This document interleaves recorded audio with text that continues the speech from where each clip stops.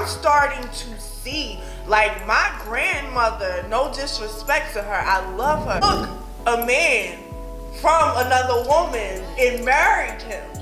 There is, now I don't know how long that has been going down through our generation, but then my mother was abandoned. Her husband left her for another woman with 3 kids. And for the longest time, I always used to think, like, how could that have happened to her? But now, as the more I learn about generational curses, I learn about healing and stuff like that. Like, some things are karma. And I told my sister that, I said, sometimes yes, I did something and I had to watch my sister get my karma from something I did.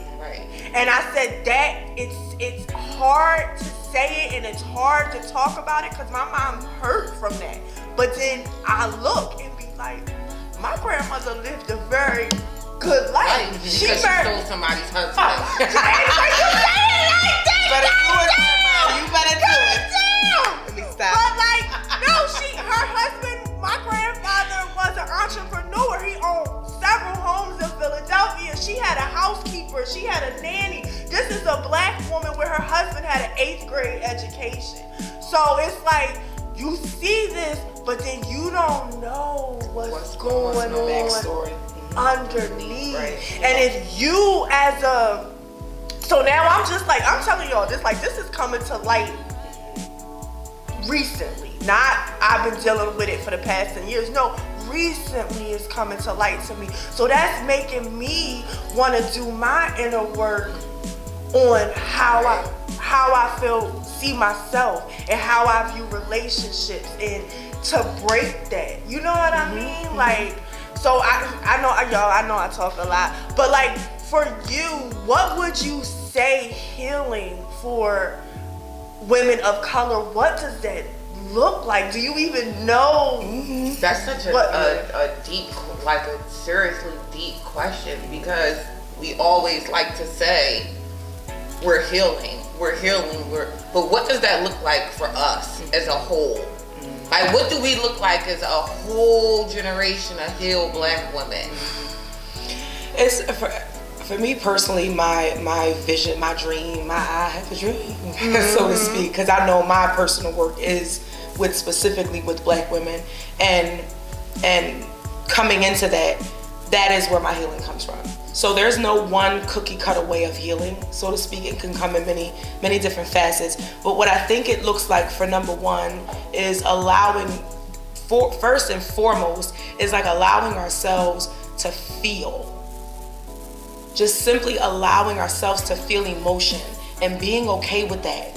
Like, it's okay to be angry. It's okay to be sad. It's okay to be happy. It's okay to be frustrated. It's okay, you know what I'm saying? But how do you show up with that emotion? Because we can't do that. We can't come in nowhere.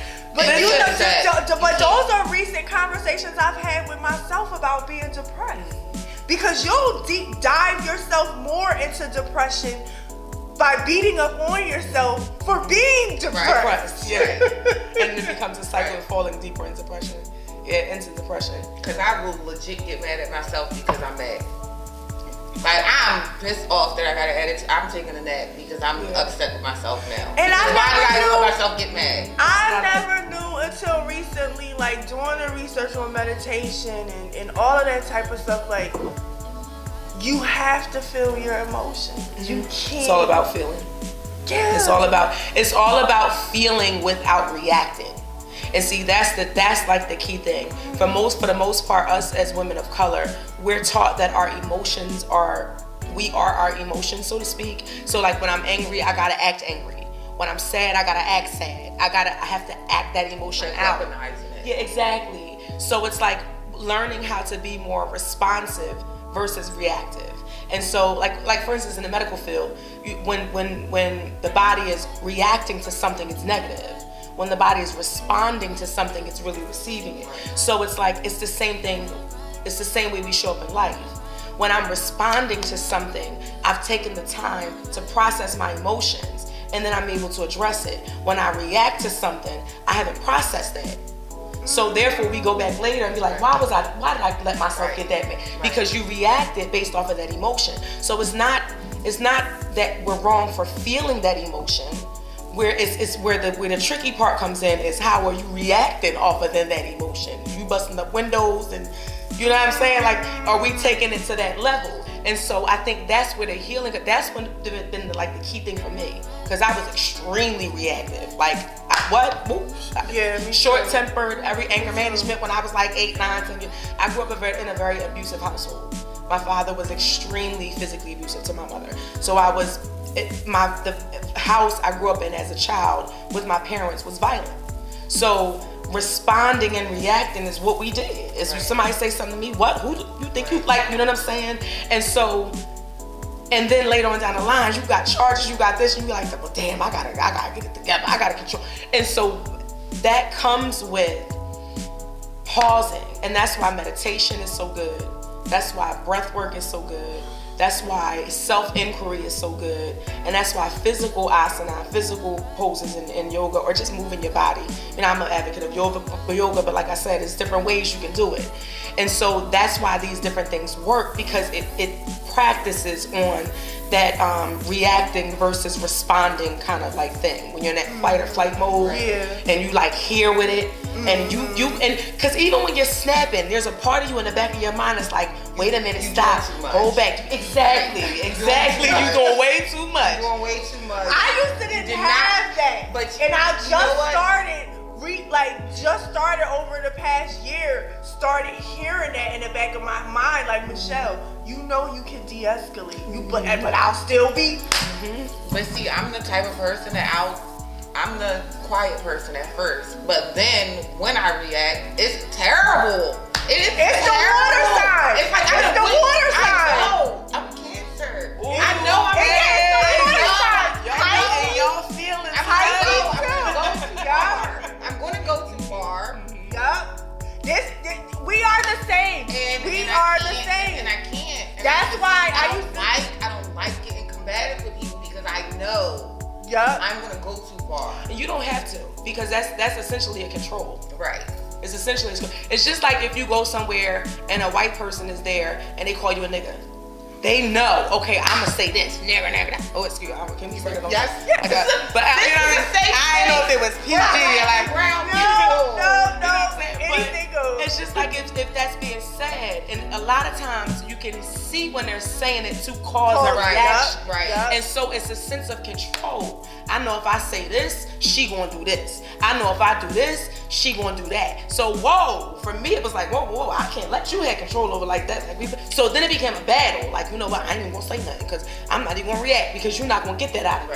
Right. But then internally, I'm depleted, because now I'm sitting in the corner crying when I walked away, because I felt like I let somebody get some shit off that they shouldn't have got off. Get it off. You know what I'm saying? And I'm not into letting white people get shit off on me. Period. You know how I'm an Uber driver. I never think about that. I'm an Uber driver. You know how many times I've had to act like I didn't hear it and say nothing, and what you just said with afterwards feeling like I let someone get like this lady. You trying to give me a Listen, recently the lady who got her car stolen, she white tears.